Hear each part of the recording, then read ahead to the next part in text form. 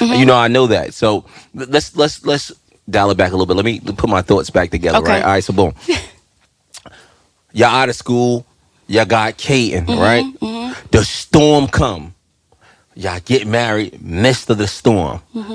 It was going on. You feel me? Y'all still have y'all They don't know wedding. what storm you're talking about. It was All right, Hurricane so Sandy. So we got married during Hurricane Sandy. They don't know that. Hurricane Sandy Yeah. came 2012. It was crazy. A lot of people lost whatever they lost. Somehow we figured it out a couple weeks, maybe like what, 2 weeks A later? month later, we got Yeah, married. They still got married down in Belleville, right? Yeah. A lot of friends came, a lot didn't. A lot of people complained, so on and so forth. Y'all still went through with the marriage. Boom. My boy quit his job around the same time, right? He became an entrepreneur. He became an entrepreneur. To quit his job, to do what he needed to do, you know what I mean? So on and so forth.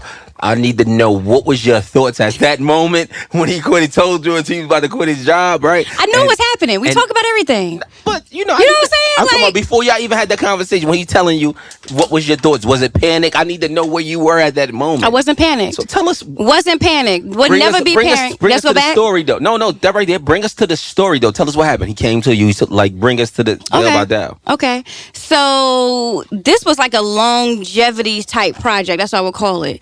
So Keith already knew that he was phasing out of that job, right? He was phasing out of that corporate world. Right. So we was already talking about it. Like every day he would come home telling me like, man, this happened today. I don't like this shit. Like it was, you know, some racism that was going on basically. Like Absolutely. we didn't know it back then, but if you look back on it, it was like, all right, it was this type of situation that was happening and whatever happened.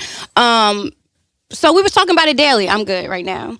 We were talking about it daily, and when it finally happened, and he told me like, "Listen, today, I'm quitting. I ain't coming back." And when you quit that corporate job, it was not like you gave them 2 eating weeks. too. It wasn't like you gave them 2 weeks. It was literally like you quit that day. All right, you good. Like you can't come back because NDA stuff like that. Like what happened? You had so much access. So literally, he got dropped off that day, and we figured it out.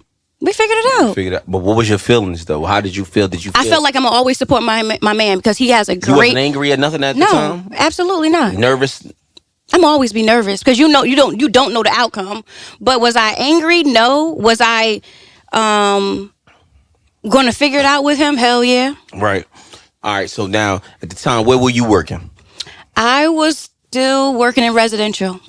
So residential People don't group know home, that. right? Yeah. So I was a residential director for a corporation in New Jersey, and it was over 20 plus group homes. I was on call 24 hours a day, 7 days a week.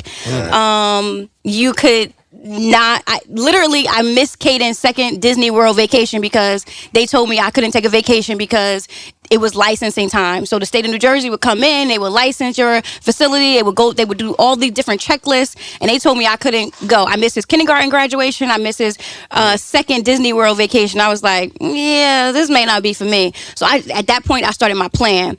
How much were you making at that time? I was making $70,000 a year back in 2008. You was that nigga. 2008. Yeah.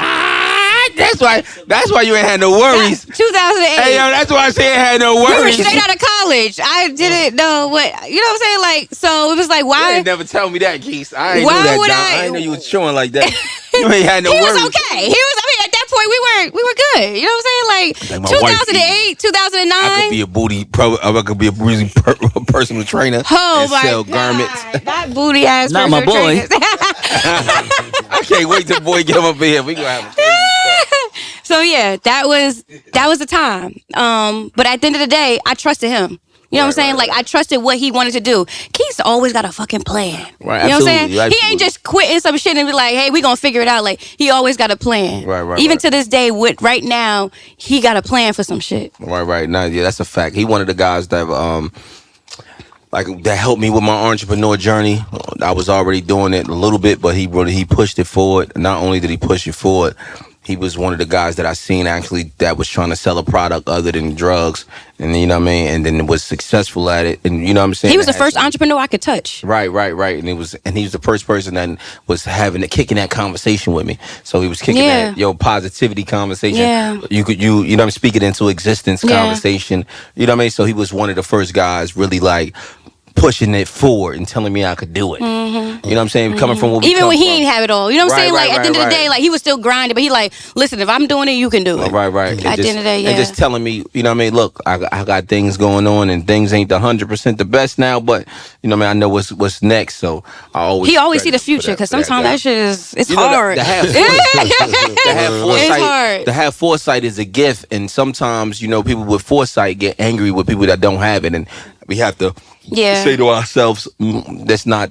their gifts and it's not their moment. So, you know what I mean? When they'll figure it out when it's Yeah. time for them